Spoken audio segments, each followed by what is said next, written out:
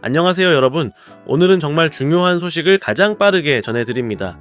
바로 슈드의 2025년 3월 대규모 리밸런싱 소식인데요. 이번에는 무려 17가의 종목이 탈락하고 20가의 종목이 새롭게 편입되는 큰 변화가 있습니다. 특히 미리 알려드리자면 블랙록과 파이저 같은 대형주들이 탈락하고 코노코필립스가 새로운 최대 비중 종목으로 등장합니다. 이것이 여러분의 포트폴리오에 어떤 영향을 미칠지, 또 이런 변화가 앞으로의 시장 흐름을 어떻게 예고하는지 꼭 끝까지 시청하세요. 네, 찰스 슈왑에서 공식 발표조차 나오기 전에 국내 에이스 웹사이트를 통해 확인된 정보를 가장 빠르게 분석해 드립니다. 먼저 간단하게 슈드에 대해 설명드리자면 이 ETF는 다우존스 US 디비던트 인덱스를 추종하는 대표적인 배당 ETF입니다.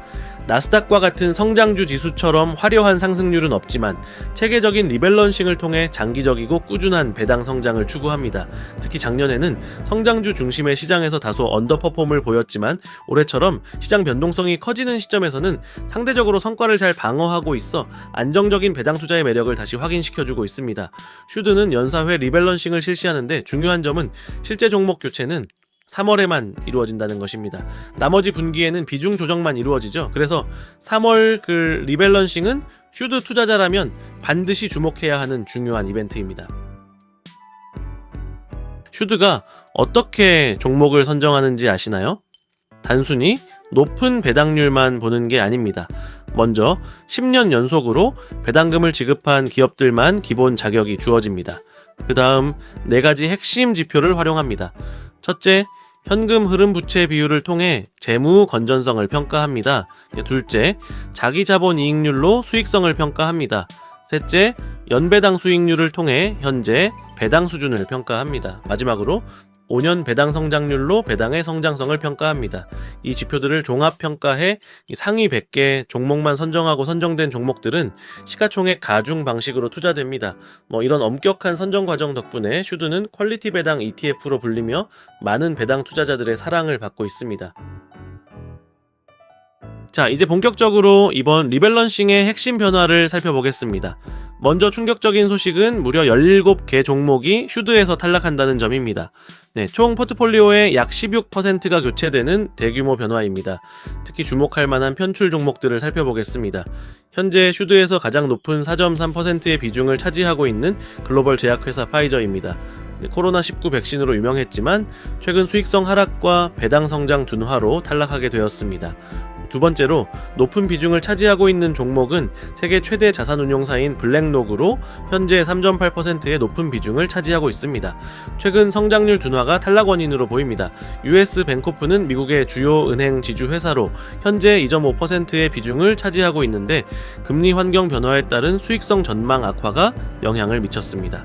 그 다음으로는 미국 동부 지역 은행인 M&T 뱅크이며 1.1%의 비중을 가지고 있습니다. 헌팅턴 뱅크셰어스 또한 미드웨스트 지역 은행으로 0.8%의 비중입니다. 편출 종목들을 보면 금융 섹터, 특히 은행 주식들이 대거 포함되어 있다는 점이 두드러집니다. 이는 앞으로의 금리 환경 변화와 금융 섹터의 수익성 전망을 반영한 것으로 볼 수 있습니다. 반면 새롭게 슈드에 편입되는 20개의 종목을 살펴보면 상당히 흥미로운 변화가 감지됩니다. 코노코필립스가 놀랍게도 가장 높은 비중인 4.5%로 편입되는 대형 에너지 기업입니다. 안정적인 현금 흐름과 배당 성장성이 높게 평가받은 것으로 보입니다. 머크는 4.1%의 높은 비중으로 편입되는 제약회사로 파이저를 대체합니다. 머크는 2024년 11월 배당금을 5.2% 인상하며 14년 연속 배당 증가를 기록 중인 강력한 배당 성장주입니다.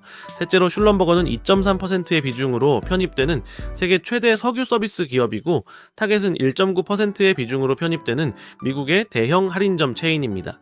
제너럴 밀스 또한 1.3%의 비중으로 편입되는 식품 기업으로 인플레이션 환경에서도 안정적인 수익과 배당을 제공합니다.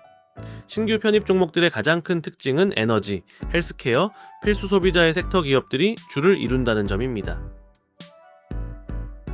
이번 리밸런싱에서 나타난 섹터별 변화를 분석해보면 슈드가 어떤 방향으로 진화하고 있는지, 그리고 이것이 우리에게 어떤 투자 시사점을 주는지 알 수 있습니다. 자, 첫째로 시사하는 점은 금융 섹터 대폭 축소입니다.